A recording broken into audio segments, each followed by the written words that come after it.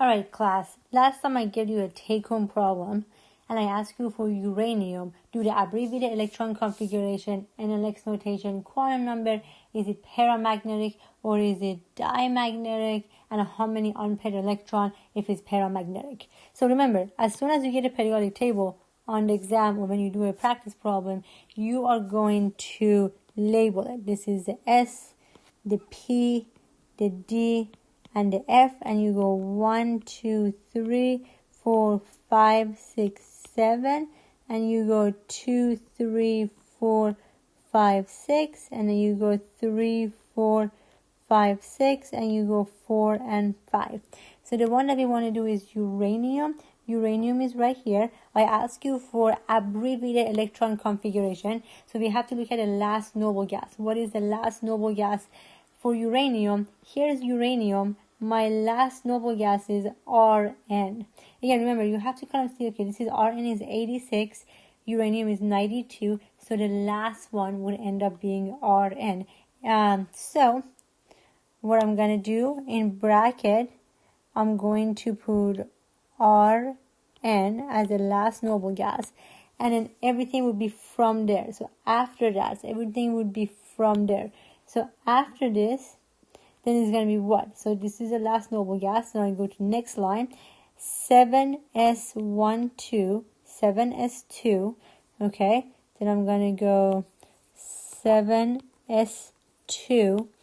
And then after that, and you know what? Let me rewrite this one as 5. And then let's put the 6 over here so you can see it. Okay. Now if you come over here, remember, is 87, 88, and then 89, and then 104. Things get really crazy when you have on a 6 and 7 row. So be careful when you're on a 6 or 7 row. So 60, 87, 88, and then 89, and it becomes, oh no, it's 104. We talked about it last time. I go 87, 88, that was 7s2. Then right here it would be 6d1.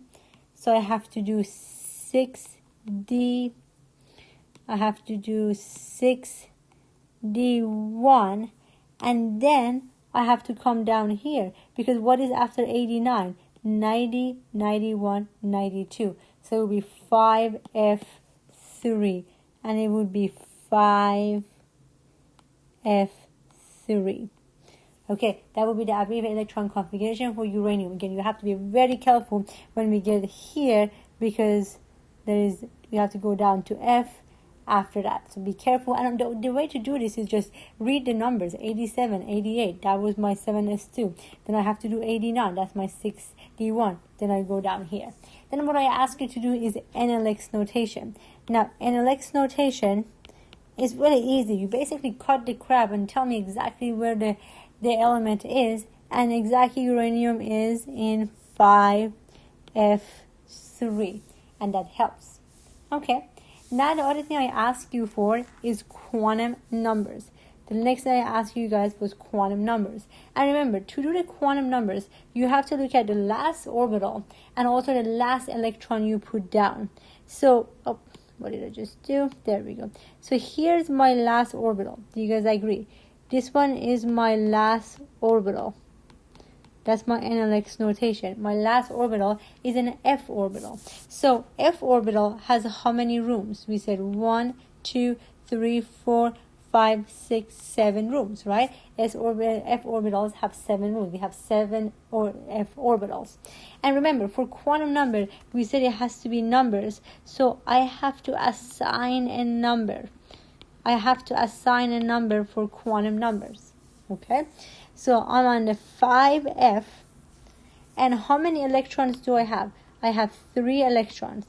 So I'm going to put down electrons. 1, 2, 3. Again, it's 5f3. I have 3 electrons. 1, 2, 3.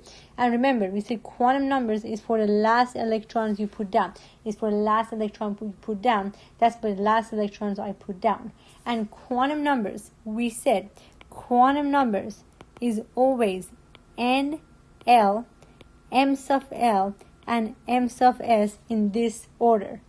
Now, n is easy. What is n? which energy level? I am on the 5th floor. The N, my energy level is 5. So I'm going to put that in. Now, L means which orbital? Is it S, P, D, or F? We are in an F orbital. But if you remember, we said that, so L means do you have S, P, D, or F? Because this is quantum numbers, we have to we have to assign a number to everything. So S would be 0, P would be 1, D would be 2, F would be 3. Because it's quantum numbers, so we have to assign a number to everything. So in this case, I have F orbital. I'm in an F orbital, and F would be 3. So I just have to assign a number to all the orbitals. M sub L, again, pay attention to what I'm showing. M sub L is orientation, and the last electrons that you put down would be -1. And then is this one up or down? Is up, and we said if you are up, you are plus half. You're plus half if you're up. So that is my quantum number, 5, 3, -1, and plus half. Beautiful so far. So I'd ask you for electron configuration, Analects, quantum number. Then the last thing I asked you for was that is uranium paramagnetic or diamagnetic? Hopefully you have come up to the fact that it is paramagnetic. Why is it paramagnetic? Because to be a paramagnetic, you have to have at least one unpaired electron. And do you have that here? Oh yes, you definitely have unpaired electrons. You have 3 of them. But we're going to get to that. So paramagnetic is when you have at least one unpaired electron. Now the last question I had asked you for this take-home problem was that how many unpaired electron would uranium have? So here's my abbreviated electron configuration. Analects, quantum number, paramagnetic. How many unpaired electron does it have? Now you're probably going to say 3 unpaired electron. And that's correct. There are 1, 2, 3 unpaired electron. But this is a special case. You have to be really careful when the elements are after 6 and 7 row.